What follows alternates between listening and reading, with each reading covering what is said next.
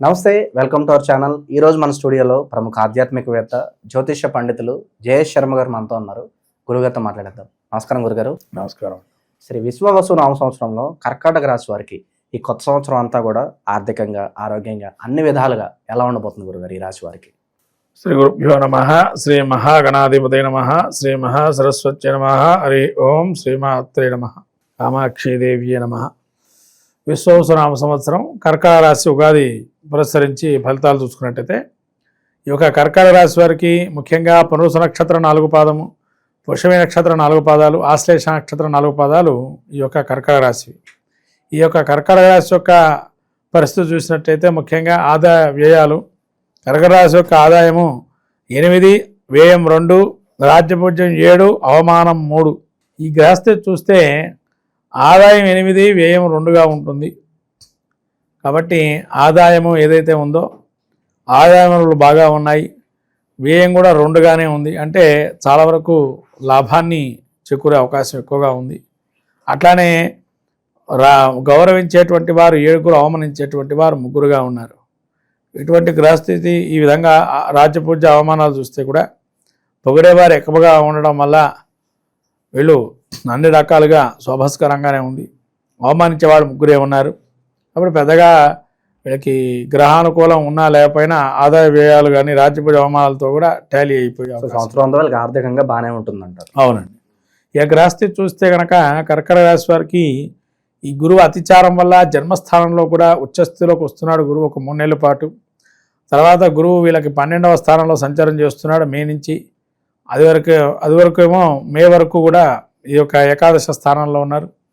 తర్వాత కేతు కూడా వీళ్ళకి 3వ స్థానం నుంచి 2వ స్థానం సంచారం చేస్తున్నారు. రాహు 8వ స్థానం, భాగ్యంలో శని. అట్లానే జూన్ వరకు రాహు అక్కడ ఉండి తదుపరి ఈ యొక్క 8వ స్థానం సంచారం చేస్తున్నారు. మళ్ళీ శుక్ర, బుధులు, రవి వీరందరూ కూడా 8వ స్థానం సంచారం చేస్తున్నారు. మరి వీరి యొక్క గ్రహస్థితి చూస్తే ముఖ్యంగా ఈ ఏకాదశంలో గురువు వల్ల కొంతవరకు లాభం చేకూరే అవకాశం ఉంది. అట్లాగే వ్యయంలో గురువు ఉన్నా కూడా కొంత పాదాలకు సంబంధించి కానీ భుజాలకు సంబంధించి కానీ కొంత ఇబ్బంది పడే అవకాశం ఉంటుంది. తర్వాత డయాబెటిక్గా ఉండేవారు కానీ షుగర్తో జాగ్రత్తగా ఉండడం మంచిది, లేకపోతే అటాక్ అయ్యే అవకాశం కూడా ఉంటుంది, షుగర్ అటాక్స్. తర్వాత వీళ్ళకి కేతు కూడా 2యంలో ఉంటుంది. ధనరాబడి అనుకున్నంత విధంగా ధనరాబడి ఉండదు, కానీ ఆదాయం మనకు ఇక్కడ కనబడుతుంది. కానీ ఇక్కడ ఆదాయం మెల్లగా రావడం జరుగుతుంది, ఒకటేసారి వచ్చి పడిపోదు, మెల్లిగా రావడం, లేదా ఆకస్మికంగా అనుకోకుండా ఆదాయం అనుకునేది రావటం, అప్పటి వరకు వాళ్ళు మనకు వస్తుంది అనుకునేది కూడా ఆ సమయంలో ఆగిపోవటం, వేరే ఇంకో విధంగా ఆదాయం రావటం జరుగుతుంది. కుటుంబంలో కొన్ని విభేదాలు వస్తాయి, అంతర్గతంగా పోట్లాటలు వచ్చే అవకాశం ఉంటుంది. కాబట్టి కుటుంబ వ్యవహారాలతో జాగ్రత్తగా ఉండాలి. ఎందుకంటే అందరికీ సానుకూలమైనటువంటి సమాధానం ఇచ్చేటువంటి పరిస్థితిలో ఉండాలి, కానీ నువ్వు ఎక్కువ ఒకరు తక్కువ అనే స్థాయిలో ఉండడం వల్ల అసమానతల వల్ల వీళ్ళకే ఇబ్బంది కలుగుతుంది. తర్వాత ముఖ్యంగా 2వ స్థానంలో కేతు ఉండటం వల్ల కుటుంబంలో కలహాలతో పాటు ధనాదాయంతో పాటు కంటికి సంబంధించిన ఇబ్బందులు కలిగే అవకాశం ఉంటుంది. అట్లానే వీళ్ళకి భుజాలతో పాటు మైగ్రేన్గా, అంటే వీళ్ళకు భోజనాలు లాంటివి ఏవైతే సమయ తప్పిడ భోజనం వల్ల కొంత అజీర్ణం కానీ అధికమైనటువంటి అజీర్ణం కాకపోవటం కానీ జరిగే అవకాశం ఉంటుంది. తర్వాత ముఖ్యంగా వీళ్ళకి ఈ యొక్క జన్మంలో గురువు సంచారం వల్ల మనం ఇందాక చెప్పినట్టుగా అనారోగ్య సూచనలు దగ్గర దాకా అంచుల దాకా వచ్చే అవకాశం ఉంటుంది. జాగ్రత్తగా ఉండాలి ప్రతి విషయంలో, ఆరోగ్య విషయంలో మాత్రం. అట్లాగే అష్టమంలో శని ఉన్నాడు. అష్టమంలో శని అంటే ఆయుర్దాయానికి బాగుంటుంది అంటారు, కానీ ఇలా దగ్గర దాకా వచ్చి ఆగిపోవటం జరుగుతుంది. మళ్ళీ అష్టమంలో రాహు ఉన్నాడు. ఎప్పుడో మీకు చిన్న దెబ్బతో కానీ లేదా చిన్నది ఏదైనా జరిగి అది ఆగిపోవడం, మళ్ళీ పునరావృతంగా దానికి ఒక వ్యాధిలాగా ప్రబలడం జరిగే అవకాశం ఉంటుంది. కర్కాటక రాశి వారు దాన్ని దృష్టిలో పెట్టుకోవాలా. అట్లాగే కుజుడు కూడా వీళ్ళకి 12లో ఉన్నాడు. మళ్ళీ జన్మస్థానంలో కుజుడు నీచలో వస్తాడు ఏప్రిల్ నుంచి. కాబట్టి అనారోగ్యం అనేది జీవితం ఈ యొక్క ఉగాది మొదట్లోనే వస్తుంది.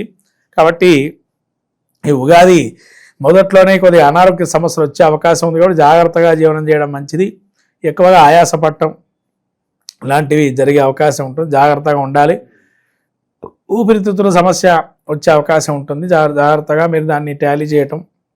వైద్యంగా సహకారంగా ఎవరైతే ఉన్నారో ఎప్పుడు వైద్యుల పర్యవేక్షణలో ఉండడం అనేది చూసుకోవాలి. ఇంకా ఆదాయ వనరులకు వచ్చేటప్పటికీ ఆదాయ వనరులో దెబ్బతీయకనగా అన్నీ బాగుంటాయి, కానీ దాన్ని దుబారా ఖర్చుగా పెట్టరు. ఎంతవరకు అంతవరకే పెడతారు. మనకు ఆరోగ్యం బాగాలేదని దంచుకుంటారు, దాన్ని బట్టే మనకు ఖర్చులు కూడా ఉంటాయి. ముఖ్యంగా వ్యాపారంలో ఉండేటువంటి వారికి కొంత లాభసాటిగా ఉంది ఈ యొక్క సంవత్సరం. ఎలాంటి వ్యాపారాలు బాగా కలిసి వస్తాయి అంటారు గురుగారు వీళ్ళకి?